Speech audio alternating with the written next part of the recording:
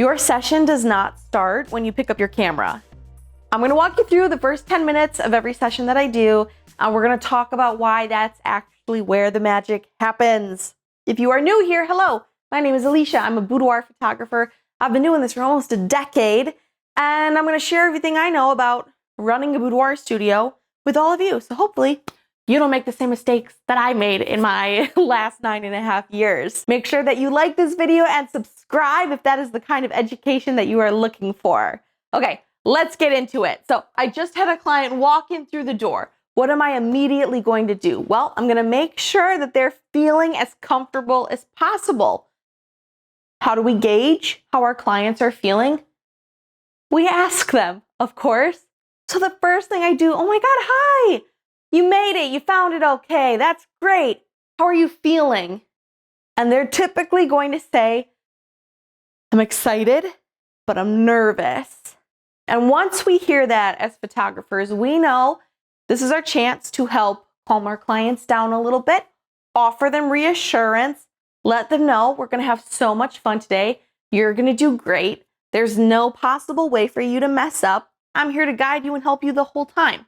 So in the first, 30 seconds, our client is already feeling so much better and we haven't even done anything yet. We've just offered reassurance and we let them know they're gonna do a great job and we're gonna have a blast. So they walk in, I let them know, hey, set your stuff down wherever. I've got a table that they can put their things down on. They can put it on the floor, whatever, I don't care. This is their space. Set your things down wherever. Then, what do I do immediately after that? I offer them a beverage. Maybe this is a Midwest thing, I don't know, but I'm immediately gonna see if they have a need that I can fulfill. So, hey, are you thirsty? Can I get you a water, a coffee, a tea, anything like that? They'll typically say yes, and I will grab said beverage for them. So we have helped calm their nerves a little bit. We have given them a beverage. And now I'm gonna ask, did you bring any wardrobe with or do you wanna borrow from me? Now I already have a pretty good idea about what their answer is gonna be because we talked about it during their consultation. So I will mention that like, hey, during your consultation, you mentioned that you wanna borrow wardrobe from me. Is that still the case? And they will say yes or no. And then I'll let them know I'll grab wardrobe for them. But if they brought any of their own, this is when I ask, oh, I would love to take a look at what you brought with. So now we're bonding over the wardrobe that they brought. And again, I have a pretty good idea already of what they're gonna pull because we talked about it during their style consultation. But this is when they're gonna pull their wardrobe and they're gonna show me all their goodies and we're gonna come up with a game plan for what they wanna shoot in. And I'll ask them, are there any pieces here that you for sure want to be photographed in? Is there anything that you're not so sure about that you wanna try, but maybe you don't know? And I'll kind of gauge their reactions to the wardrobe that they're pulling and plan out their outfits based on said reactions. And then from there, they will move to hair and makeup. Now, this is one of the areas where I see photographers, I don't know, I guess I don't want to call it messing up, but it's just not how I do things. So now we're doing hair and makeup. I offer this to my clients. I find it just makes the day more luxurious and like pampering for them, which is what I want.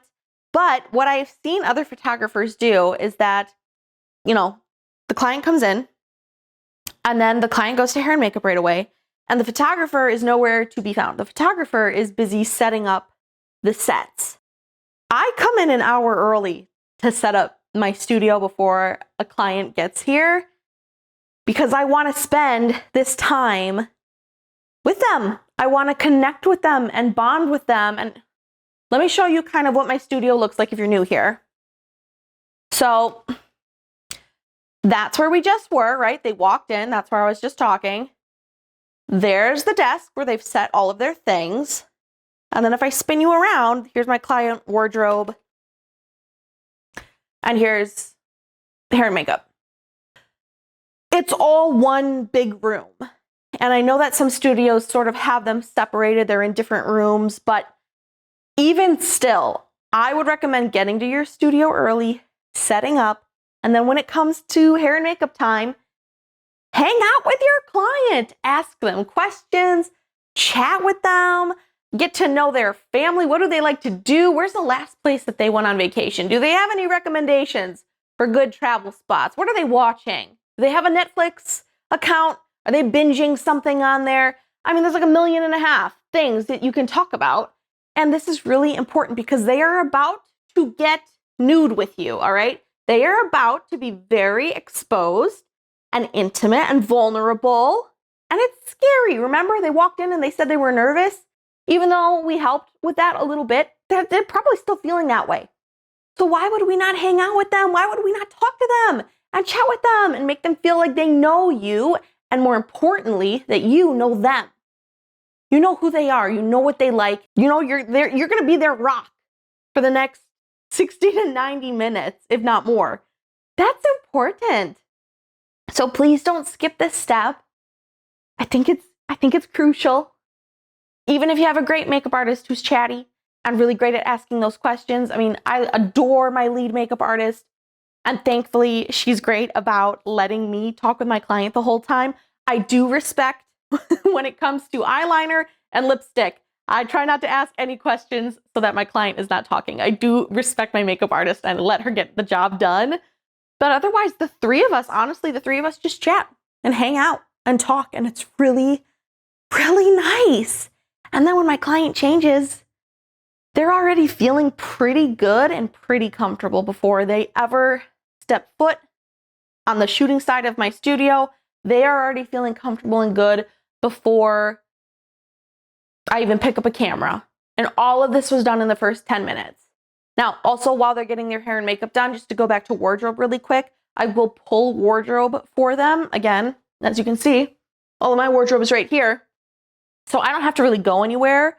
I don't have to move anything or nothing like that. So we're all just hanging out in one space. And I like that because then we're forming that friendship, that bond, that connection. That's really important to me and it's important to them. The only other thing that I will note that I do in the first 10 minutes that some studios may not, and maybe this is something you want to think about, I don't have a studio assistant currently. So when my clients show up, I am the one who greets them. I am the one who helps them. I am the one who guides them the whole time. They are seeing me first. And I know some studios that have assistants don't operate that way. They send their studio assistant to go get the client or to meet them at the door or to grab their stuff or whatever. And that's fine. I don't know. I'm the one that they're trusting. I'm the one who's going to be taking the photos.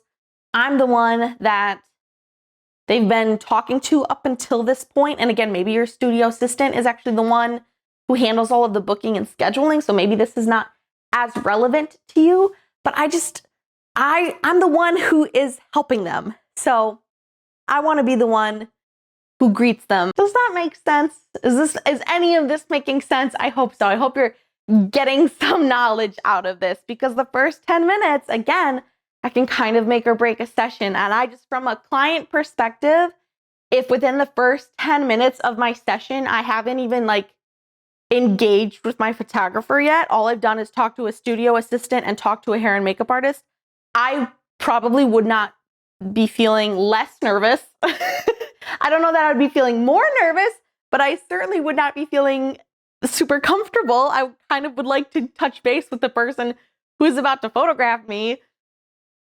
That's what I would want as a client, which is why that's what I do for my clients. And I think this is where the magic happens.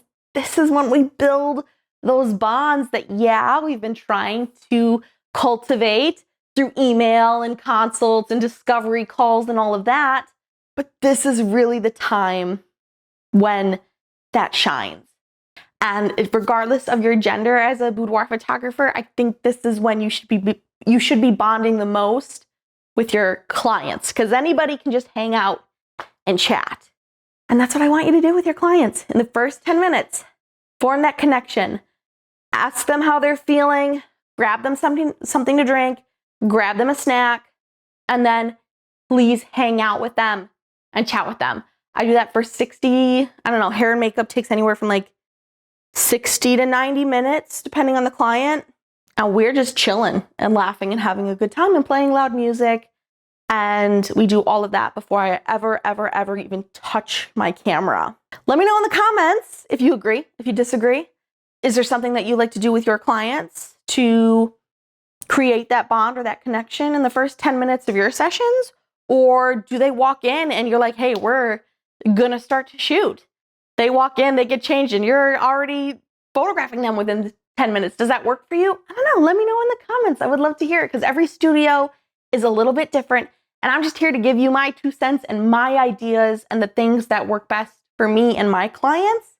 And maybe there were a couple of good nuggets in there that you can take back to your own studio and do with your clients as well. Because again, at the end of the day, we just want them to have the best experience possible, right? That is the goal. We want our clients to have a really kick-ass time. That's what I want. So thank you all for being here. Again, like and subscribe if you found this video to be helpful. You might think you are subscribed, and you're actually not.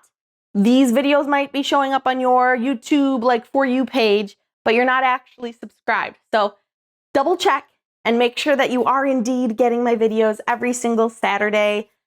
I will see you all again next week. Remember that your body is a good body, and I will see you all again later. Bye.